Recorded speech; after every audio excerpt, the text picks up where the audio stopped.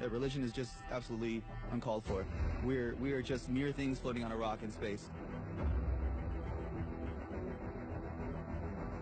We are not only figuratively, but literally stardust. You don't have to go to church on Christmas, and it is about being good, and that's what all religions are about anyway. Are you an atheist? Yeah.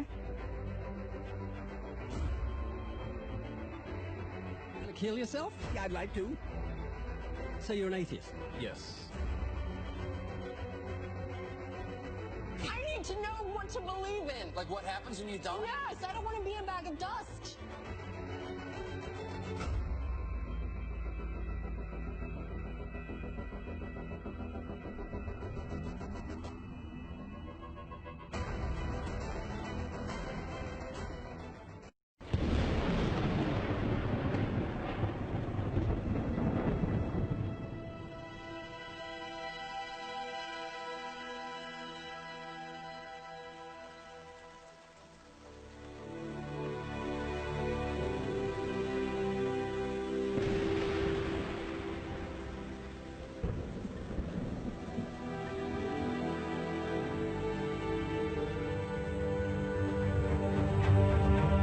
David, are you an atheist? Yes. When did you become an atheist? Around age 12. Believing in God makes no sense. To me, it's the dumbest thing. It's for people that can't accept the fact that they're going to die and rot in the ground like I'm going to do, and it gives them some relief from that thought, because it's not the nicest thought in the world. Are you an atheist? Yes. Yes, I am. Yes. Yes. Yes, sir. Are you an atheist? I am. Yeah, I'm an atheist. Yes, I am. Alex, do you believe in God's existence? No, I do not. How long have you been an atheist? I would say probably since I was about 15 years old. So you don't believe in the existence of God? No, not really. What happened when you were 15? I started questioning things, and I really just started to think about the logic behind everything. For the most part, we are not shown the evidence for there being a higher power. If we were, I almost guarantee that almost every atheist would immediately agree to there being a higher power. Are you atheists? Yes, yes. Why? Well, I just haven't seen enough evidence, I suppose. I grew up in a Christian family, and just over the few years during high school and as I grew up, I just realized that there wasn't a lot of evidence to support that belief system. Are you open to evidence? I think I am open to evidence. It just would have to be extraordinarily compelling, like out of this world compelling. If you could be given evidence, reasonable evidence, would you listen to it? Yeah, I would. You're someone who has no faith or no belief in a higher power or a creator, but if you were shown evidence, you would change your mind because you're open. Absolutely. Flick through the pages of the book I just put on your lap, look at the color pictures, and I'll ask you a question.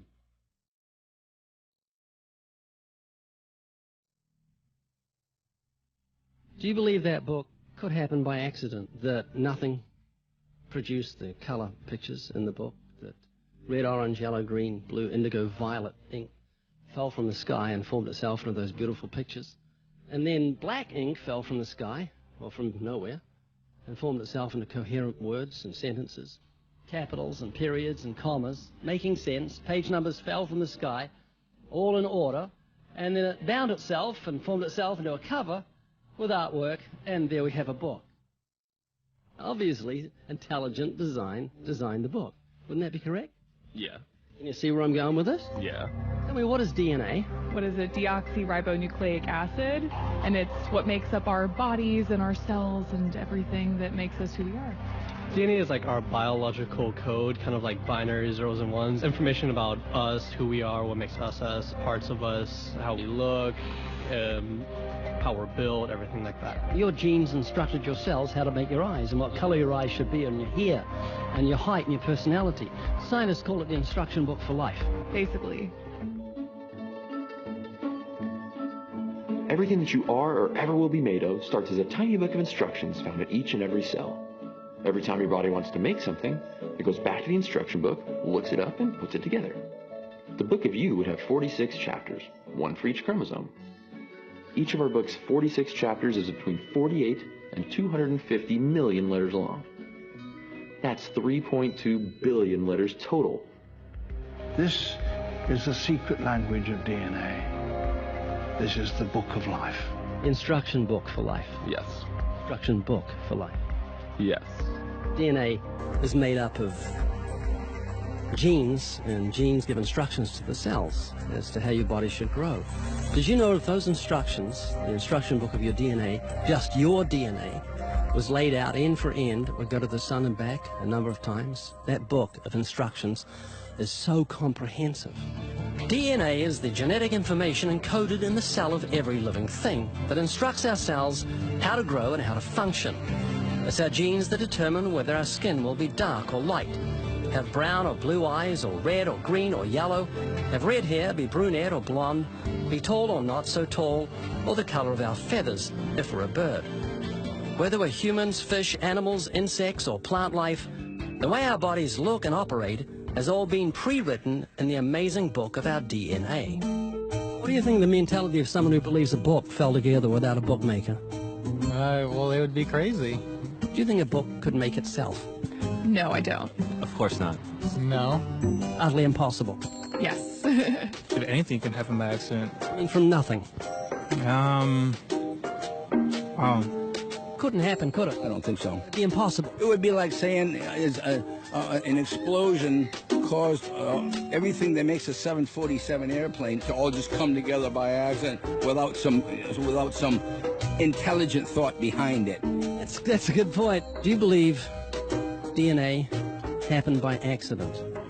No, I think that it developed over the course of many, many millennia of evolution and development. DNA exists in every living thing. Its origins don't matter. The fact that there is intelligent information tells us there must be an intelligent designer. Is this making you think? It is, and I do think about it from time to time. It's just, yeah, it's complicated, definitely. Well, DNA's complicated, but the point I'm trying to make is very simple. Book designer, or bookmaker. DNA, intelligent designer. God. Does that make sense? Yes. You're an atheist? I am. What would you think of the mentality of someone who thought a physical book could make itself? I think they'd be silly. Of course it can't make itself. What would you think of the mentality of someone who believed the instruction book for life, DNA, made itself? I think it'd be silly as well. It would need investigation.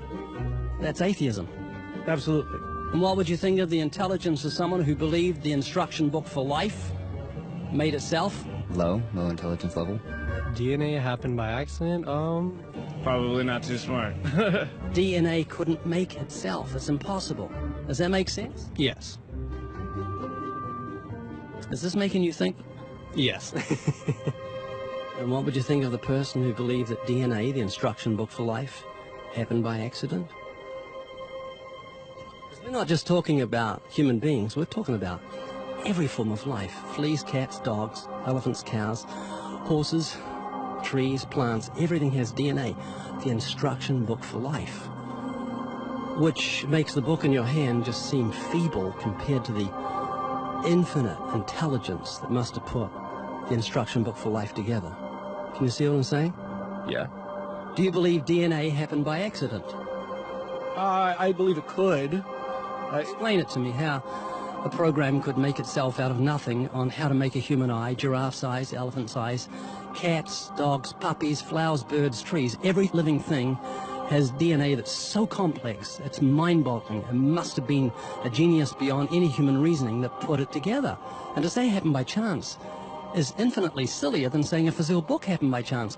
All I'm doing is reasoning with you. I'm not arguing. I don't want to win an argument. I'm just saying I want you to concede something that's absolute common sense. You're an atheist, so you believe the scientific impossibility that nothing created everything. I mean, it can't be nothing. We all have to start from some point. I wouldn't say nothing created it. There had to be something there in the beginning. You like Richard Dawkins, don't you? Well, I mean, you know, yeah, I like him. Do you believe nothing created everything, a scientific impossibility, which is what he believes? You don't believe in a creator of all things? If he says that, I think it's a very strange thing to say. Well, he says it. It's insane. Nothing can't create anything because it's nothing. There has to be something in the beginning. Nowhere in our history of human reality has something kind of just appeared out of nowhere.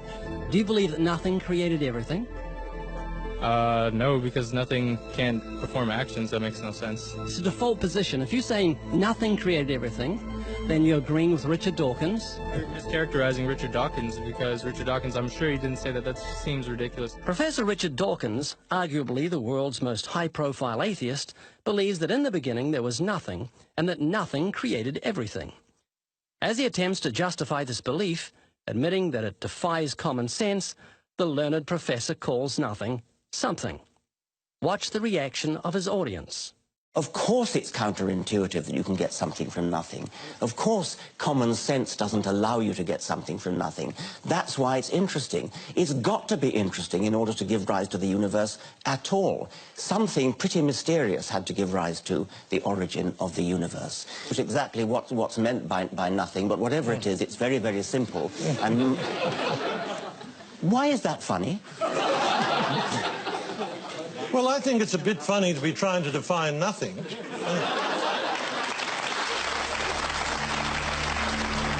Richard Dawkins, I'm sure he didn't say that. That seems ridiculous. The audience reaction confused the normally eloquent professor because he's not used to being the object of laughter. What he didn't realize was he was talking to people who were endowed by their creator with the virtue of common sense. This was just another case where the emperor has no clothes. Someone should tell this man who has deceived millions, you're talking foolishness. Is that what you believe? I mean, it can't be nothing. We all have to start from some point. Well, there has to be something that created everything. You just wasn't God. Is that what you're saying? Yeah. It's just evolution, how things became from one organism into many.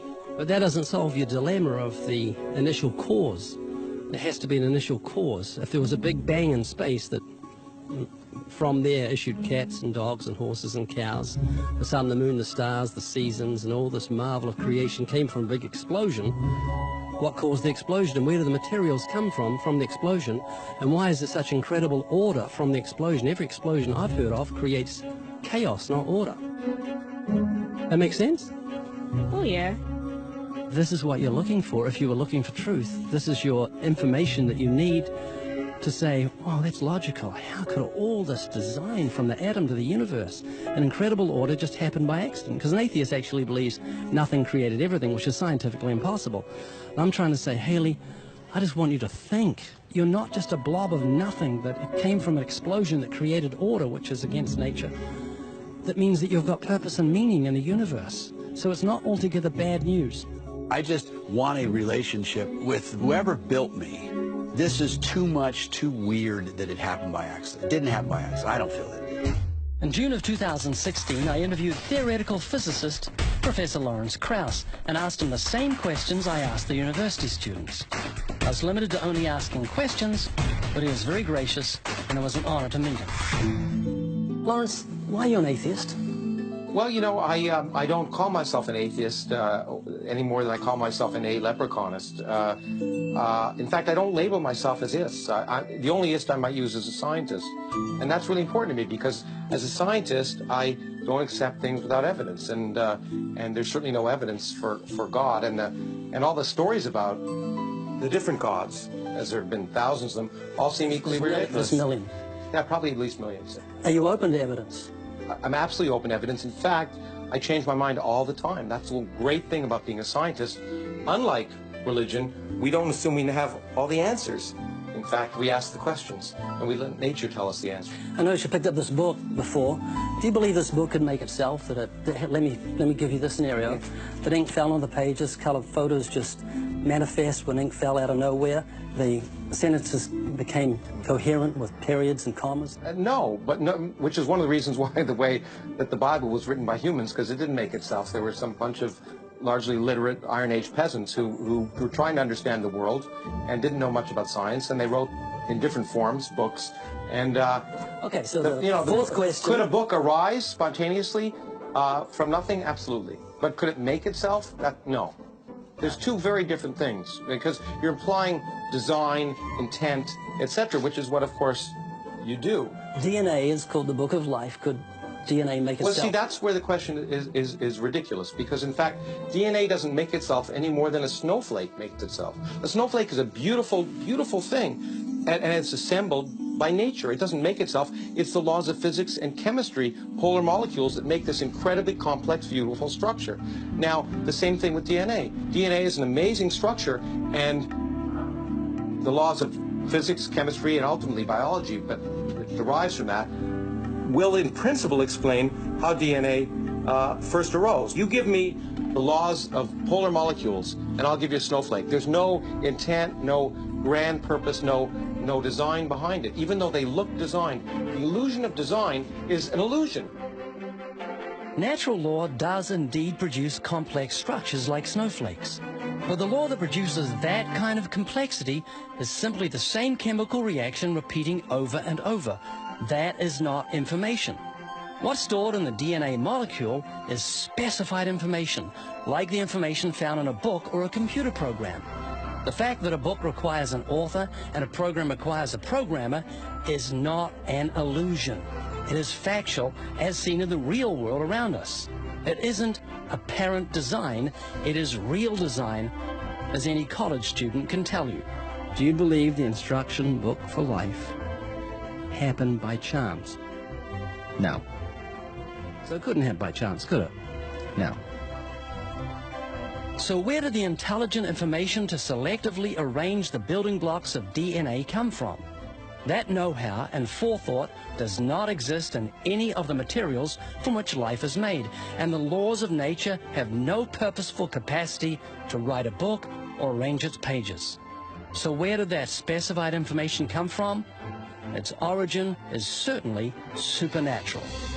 What Professor Krauss completely overlooks is the external nature of the information encoded into the DNA molecule. A complete set of software instructions directing the formation and reproduction of human beings, both male and female, and all other living things. Bill Gates once said, DNA is like a computer software program, but far, far more advanced than any software ever created. Which came first, the chicken or the egg? I'll have to say the chicken. The chicken. What do you think? The chicken. Chicken. Chicken? And what about you? The egg. Egg, okay. Was the egg fertilized? You got me. You got me, yeah, ain't no way. Maybe God created the chicken, so then that's how the egg came. You got me, I don't know. I didn't think that far into it, I guess. Maybe most likely the chicken, I would say. So if the chicken came first, it then laid an egg. Okay? Was the egg fertilized?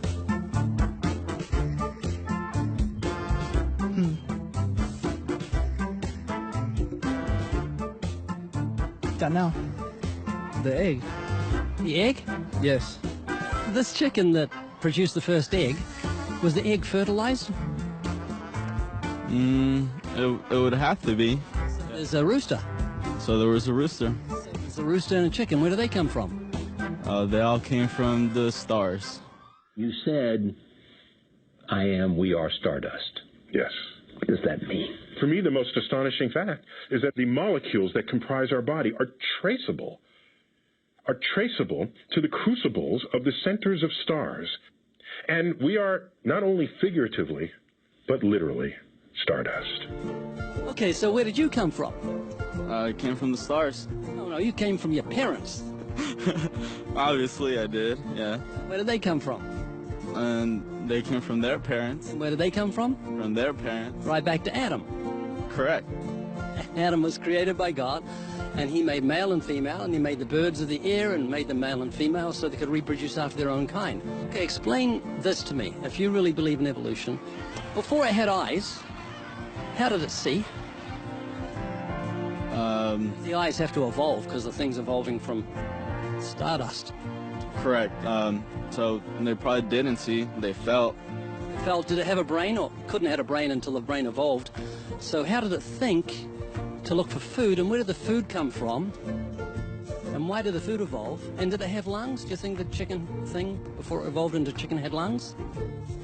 I'm not too sure. It's all about survival instinct, so, you know. It's not going to survive. It didn't have lungs. And If it breathed air, was the air 20% oxygen as it is now, and why did the air evolve? And why did it evolve lungs, and how did it survive before it had lungs? And see before it had eyes, and think before it had a brain, and eat before it had an appetite?